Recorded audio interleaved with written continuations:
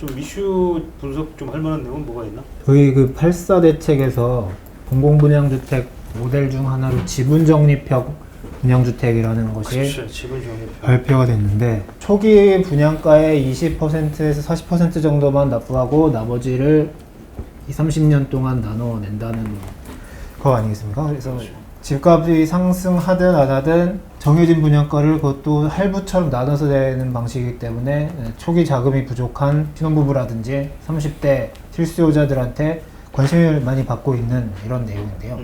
겉으로 보기에는 굉장히 그러니까 상당히 네. 좋아 보이는 느낌인데, 그죠? 보기에는 아주 그럴듯하고 또 이 SH공사가 이걸 주로 서울에 공급을 1만 7천 가구 정도 공급할 계획이고 정부와 함께 여기 연리지홈이라는 브랜드까지 연리지홈.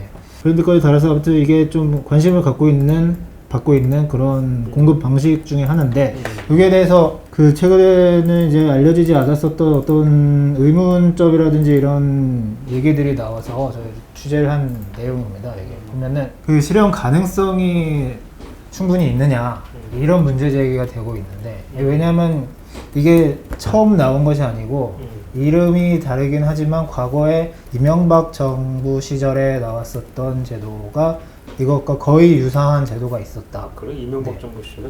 그때 당시에 분납형 임대아파트라는 제도가 있었는데요. 분납형 임대아파트. 분양가 30%를 내고 그 이후 10년 동안 3차례 분납을 통해서 임대료를 낸 후 결국 임대기간이 끝나면 분양 전환을 하는 주택이었기 때문에 사실상 비슷하네. 지분 적립형 분양주택과 세부적인 차이만 있지 거의 동일한 이런 제도였습니다. 이때 당시에 이게 잘 안 된다? 이때 당시에도 보금자리 주택 23만 8천 가구 정도 중에 이게 2008년인데요. 2008년 그렇죠. MB 정부 때니까. 약 14% 그러니까 3만 4천 가구 정도를 분납형 임대주택으로 공급할 계획이었습니다. 근데 시범 사업만 하고 이 사업이 소리 소문 없이 사라지게 됐다. 왜 그런 거지? 사실 이 청약 경쟁률 자체도 뭐 6대 1, 11대 1 그렇지, 이렇게 높았겠지. 인기가 좋았었는데 좋았을 것 같아. 내가 봐도. 수요자들이 외면해서 사라진 게 아니라 결국에 이게 지속 가능성이 떨어지는 모델이었다라는 것이죠. 지속 네. 가능성? 네, 왜냐하면 주택을 공급하는 그 사업 시행자의 자금 부담이 너무 크다. 자금 부담. 네. 왜냐하면 분납을 하게 되는데 말하자면 거기에 합당한 이자를 받는 것도 아니고 그냥 뒤로 밀어서 나중에 받는 방식이다 보니까 건설 비용이라든지 땅값이라든지 토지 비용이라든지 회수할 건설? 방법이 네. 그러니까 이제 예컨대 그럼 지분 적립형도 지금 만약에 5억짜리라면 네. 1억만 내고 사는데 네. 그럼 이 집이 5억의 가치라고 한다 만약에 그냥 단순 계산으로 그냥 5억이 들어갔는데 1억만 내고 그럼 4억을 부담을 해야 된다 이거잖아요. 그죠? 네. 그럼 SH공사가 4억을 부담해야 하는데 만약에 이게 1000세대만 되면 4천억일 거고 그지? 네. 만 세대가 되면은 4조네. 그럼 4조 원을 SH가 여기다 담궈 놓고 회수를 못 하는 거네. 그런 얘기지. 예, 그래서. 서울시 사례를 들어보면 59제곱미터 한 채를 5억 원에 공급할 경우 SH공사가 부담해야 되는 게 75%니까 3억 7,500만 원에 그렇지. 들어가는데 이 계획대로 1만 7천 가구를 공급한다면 그 금액이 총 6조 5천억에 달한다. SH공사 같은 경우 작년 말채가 16조 원이 넘어서 추가로 이렇게 부채가 급증한 사업을 추진하기가 쉽지 않을 것이다. 불가능한 얘기네. 뭔가- 아니면 뭐 그냥 정부에서 파격적으로 뭔가 지원을 계속 해주든지. 이렇게 할 것이라면 결국에 세금을 많이 지원을 써야 되는 그런 상황인데 그러네. 정부 재정에 있어서 거기에까지 쓸 만한 여유가 과연 있느냐. 이미 각종 복지 정책이라든지 이런 데 쓰고 있는 데다가 최근에는 코로나 때문에 뭐 긴급 재정 등으로 지출이 맞은 상황이 아니겠습니까? 코로나 때문에 이제 쓰러져가는 자영업자들이라든지 긴급 지원책으로 써야 되는 자금을 빼서 여기에까지 할 수 있겠느냐 이런 의문이 사실은 제기가 되고 있다 이런 내용이었습니다. 그러니까 17,000가구에 아까 얘기한 것처럼 6조가 들어간다고 그러면 3만 가구 정도 하면은 12조 뭐 이렇게 되는 건데, 그지? 그러면 아니 그 17,000세대 솔직히 해가지고 이게 17,000명이 그럼 혜택을 보는 거잖아. 단순 네. 계산으로. 네. 17,000명한테 혜택을 주기 위해서 단순 계산으로 그냥 국민 세금 6조를 넣어야 된다는 얘기죠. 이게 바른 생각은 아니에요. 이게 과연 국민들 입장에서 이거 받아들일 수 있을까 이거는 그러면? 약간 그런 느낌도 들기는 하네. 네. 그러니까 결국 똑같은 얘기네, 그지? 분양가 상한제를 통해 가지고 아파트가 분양가가 떨어지면 이제 몇 사람은 좋은데 로또니까 네. 나머지 사람은 별로 좋아할 이유가 별로 없는 거하고 비슷할 수도 있는 거네. 결국에는 뭐 주택 공급이라든지 이런 부분이 자꾸 나라에서 돈을 쓰고 세금으로 이렇게 공급을 늘리려고 하는 정책으로 가다 보니까 이런 문제들이 계속 발생하는 거 아닌가. 그래서 이제 전문가들이 얘기하시듯이 시장 경제 원리에 따라서 이 자동 공급, 자동 조절 기능에 따라서 공급이 되도록 좀 유도를 하는 이런 부분이 상당히 아쉽다. 이런 의견을 낼 수 있고 저도 그렇게 생각하고요. 사실. 그러면 이 제도가 현실적으로 잘 안 될 가능성이 높겠네. 아니면은 굳이 만약에 이걸 하려면 아까 얘기한 것처럼 어떻게 보면 좀 금리가 낮은 시대니까 네. 금리가 낮으니까 뭐 국민연금이나 아니면 약간 좀 변형을 좀 해서 뭐 어떤 연기금 같은 데라든지 펀드가 좀 들어와 가지고 좀 저리로 좀 이걸 자금을 좀 빌려줄 수 있지 않나 SH 예컨대 세금을 쓰지 말고 그러니까 저리 빌려주고 그 대신에 이제 이거를 그냥 무작정 예를 들어서 이렇게 공짜로 뭐 20년을 하면 안 될 것 같고 또 한 2%, 3%라도 금리만큼만 예컨대 세입자가 좀 월세 형식으로 내면 어떨까? 그럼 되지 않을까? 약간 그러면 뭐 그러면 굳이 국민 세금을 들어갈 필요는 없고 연기금이나 펀드에서 대출을 해줘도 여기도 뭐 요즘 2% 3%만 나와도 뭐 완전히 뭐 대박 아니에요? 시세 차익도 어차피 또 환수를 해야 되는 상황이니까 그런 방법은 좀 있지 않을까? 물론 무조건 뭐 이게 안 된다라기보다는 약간 이런 좀 현실적이면서 아니 왜냐면 이게 수요자 입장에서는 나쁜 건 아니니까 네. 뭐 이렇게 될 수만 있다면요 뭐 얼마나 좋아. 젊은 사람들도 그렇고 뭐 생애 최초 집 없는 사람들이 집 마련하는데 도움을 줄 수 있는 거니까. 사실 이게 기사를 쓴 이지은 기자는 실효 가능성의 의문이 제기된다 이렇게 했지만 보완을 해서 실행할 수도 있다. 네. 그렇죠. 기자들 입장에서야 당연히 이제 비판적으로 좀 지적을 하는 게 맞는 것 같고 대안은 이제 전문가들이나 아니면 이제 정부에서 좀 마련을 해야 되겠지. 네, 실행 가능하도록 좀 세부 계획을 좀 조정해서 하면 그렇지. 그렇지. 되고. 그냥 지켜봅시다. 오케이, 넥스트.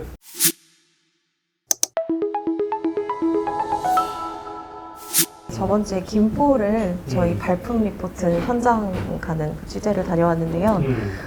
아까 말씀하신 그 전세 난 30대들이나 40대들 이렇게 젊은 층에서 서울에서 집을 못 구해서 경기 외곽으로 가는 현상이 이제 김포에서 벌어지고 있었는데요. 대표적인 지역 중에 네, 하나. 대표적인 지역 중에 하나라고 제가 느꼈습니다. 근데 이제 김포는 규제 지역에 6.17 대책에서 규제 지역에 포함되지 않은 거의 유일한 그 수도권 접근지 중에서 이제 그 지역이어서 굉장히 이제 투자자도 많이 몰리고 실수요자도 많이 몰려서 수요자가 이렇게 좀 많이 몰린 그런 지역이었습니다. 그래서 현장에서 공인중개사분들과 좀 얘기를 나눠보면 지금 이제 가장 인기 지역이 좀 서울에서 가까운 풍무동 그 김포 내에서도 예, 김포 내에서도 서울이 좀 가까운 그 김포 골드라인 풍무역 앞에 있는 아파트 그 아파트가 가장 비쌌는데요. 김포 골드라인은 뭐지? 김포 골드라인이 작년에 개통한 그 김포 한강신도시와 김포 주요 지역으로 오가는 그 도시철도? 예, 김포 도시철도. 도시철도. 예, 김포 김포 도시철도. 도시철도인데요. 이게 김포 공항역에서 저기 어디지? 양촌역까지 양천역까지 예, 운행하는 거지? 운행을 하고 있습니다. 근데 일양 열차인데 일양? 일양 두 개, 열차 두 개? 두 개 차예요. 아, 예, 그, 열차가 두 량이라고? 예. 그러면 그걸로 이게 사람들이 이거 엄청 두 량이면 혼잡하다고 하고. 거기 완전 출퇴근 지옥. 지옥이다. 근데 그래도 그러다 보니까 골드라인에서 한두 정거장 사이에 있는 아파트들이 인기가 많은 거예요. 그러니까 그중에 세 김포 아파트. 공항역의 종점인데 네. 김포 공항역은 9호선이도 다니는 거 아니에요? 9호선도 다니고 5호선도 다니고 5호선도 공항철도도 그렇지, 그렇지. 다니고 있습니다. 근데 여기에서 가까운 역, 그게 네. 이제 풍무역 같은 데 네, 그 가까운데 그 앞에 바로 새 아파트가 있는 경우에 아. 그럴 때 이제 인기가 많은데 아. 그런 아파트의 경우에는 30평대가 지금 6억 7,800만 원까지 실거래가 이루어졌거든요. 거의 호가는 이제 7억까지도 치솟은 7억? 예. 호가는 7억 단. 네, 그 정도로 치솟은 상황인데요. 가격이 이제 이런 단지들이 많이 가격 상승을 주도하고 있는 그런 그러니까 상황이었어요. 여기 왜 가는 거야? 비규제 지역이라고? 비규제 지역이어서 이제 대출이 어쨌든 40%가 아니고 70%까지는 나온다는 그 대출이? 장점이 있고, 그리고 제가 입지를 봐도 제가 그 공덕역에서 출발을 했는데 한 35분 만에 풍무역까지 안전하게 풍무역에서 갔거든요. 풍무까지 35분. 예. 그러니까 뭐 이것저것 환승하는 시간 환승 다 포함해서 포함. 예. 그럼 굉장히 사실 출퇴근하기에는 1시간이면 충분히 갈 수는 있는 거리이긴 시내까지? 합니다. 예. 광화문? 네, 공덕역까지 공동에서 그렇고요. 뭐 광화문이라고 예. 15분이면 오는 데니까 그 전체로 하면 광화문까지는 1시간 걸린다는 얘기는 돼요. 그렇죠. 그리고 또 그 사이에 마곡 지구가 또 있잖아요. 음. 근데 이제 마곡은 더 가까워서 그거보다 더 한 30분이면 오갈 수 있는 거리더라고요. 그래서 공항철도가 뭐 여러 가지 불편하다 이런 이야기도 있지만, 뭐 김포 골드라인도 일양 열차라서 혼잡하다 뭐 이런 것도 있지만, 어쨌든 그 정거장 개수가 얼마 안 되니까 좀 이렇게 마곡이나 이런 그 강서구 이런 쪽에서 많이 이제 옮겨 가신 것으로. 예전에도 원래 김포가 이 강서 쪽에 그 여러 가지 일자리나 그다음에 여의도 네. 여의도하고 이제 마곡지구에 있는 일자리 있는 사람들이 주로 많이 김포로 갔었거든. 네. 그러니까 그런 경향이 더 요즘 들어서 강해졌다. 두드러지게 나타나고 있다. 그래서 그 저희 통계를 보면은 김포시의 월별 아파트 거래량에서 이제 연령대별 거래를 보면 이제 뭐 6.17 대책 이후에 전체 연령층이 수요가 늘기는 했는데, 그 중에서 30대 비중이 뭐 1월 달에, 올해 1월 달에 24%였다면은 7월 달에는 30%까지 높아졌거든요. 40대 비중도 비슷하게 높아졌습니다. 젊은 층 그 출퇴근 수요가 좀 몰리고 있는 것으로 나타났습니다. 30대가 또 김포로 또 가는구나. 근데 아까 얘기하니까 30평대가 7억이면 서울에서는 뭐 한 전세금 정도? 예. 그래서 주변 전세금도 예. 좀 비쌀 수도 있고 뭐. 그렇게 부담되는 가격은 아니겠네. 거기다 대출도 많이 나오고. 우리가 6.17 대책 나오면서 사실 김포랑 파주에 대한 얘기가 엄청 나왔었는데, 그때 김포가 오를 거다고 누가 예. 얘기하지 않았나? 전문가들이 다 그런 대로 오를 거다 막 그랬잖아. 그때 뭐 이거 예측하신 송인호 KDI 경제전략연구부장 같은 경우에는 김포에 이제 30, 40대가 많이 몰려갈 것이다 이렇게 예측을 하셨는데. 아 맞아. 그때 그 예. 송일호 본부장 그 얘기했던 것 같다. 네, 그래서 이제 몇 개월도 아니죠. 한 달 정도 지나서 이런 현상이 또 이제 나타나가지고. 그러니까 6.17 대책이 나오고 엄청나게 주목을 받았는데, 그 사이에 막 대책이 나오면서 좀 약간 잠잠해지긴 했었거든요. 사실 언론에서는. 근데 가격은 계속 이미 오르고, 이제 시장에서는 다 오르고 있었던 걸로. 이제 그래서 지금은 뭐 30대가 이동을 이렇게 한다고 하지만, 이제 현장에서는 이제는 30대가 사기에도 좀 많이 올랐다 이렇게도 얘기를 하더라고요. 근데 아까 얘기한 것처럼 이제 김포라고 해도 다는 아니라는 거지. 그러니까 이제 아까 얘기한 네. 것처럼 서울 출퇴근이 좀 용이한 그 가까운 가까운 풍무동인데 풍무역까지 사실 거기까지고 예. 그 안쪽으로가 사실 김포 한강 신도시가 있잖아. 예, 저쪽 안쪽으로 한참 들어가서 안쪽으로 들어가면은 한 5정거장 지나가면은 이제 김포 한강 신도시 아파트가 많은데, 거기도 예. 인프라가 굉장히 많이 이렇게 형성이 되어 있는 곳인데, 근데 그곳은 그대로 가격이 거긴 별로. 지지부진하더라고요. 근데 이 출퇴근 여건이 굉장히 많이 차이가 난다라고 현지에서 말씀을 하셔가지고, 그게 가격에 지금 반영이 되고 있습니다. 그러니까 실제로도 이제 거기 김포로 가보면, 나도 이제 뭐 차 몰고 많이 가보면 낮에는 오히려 괜찮아. 출퇴근 시간 아닌 때에는 뭐 그렇게 별로 멀지가 않아요. 근데 이제 거기가 아마 길이 김포 한강로하고 김포 한강 신도시에서 나오는 길이 김포 한강로를 나와서 이제 올림픽대로 연결이 되는데, 그 김포 한강로가 엄청나게 막혀요. 출퇴근 시간 때 거기 막히면 답이 안 나오는 데거든. 뭐 1시간도 붙들고 있고 막 그러니까 아마 그런 이제 그 도로 여건이 너무 나쁘다 보니까 막 그런 여건이 여전히 결국은 그 단점이라고 해야 될까? 약점은 좀 극복이 안 되네. 김포 골드라인 생길 때는 한강신도시나 이런 쪽에서 기대가 굉장히 컸었는데 그러니까. 별 그게 없었던 거네. 일단 두량짜리라는 게 너무 그렇죠. 나도 두량이라는 거 처음 들었네.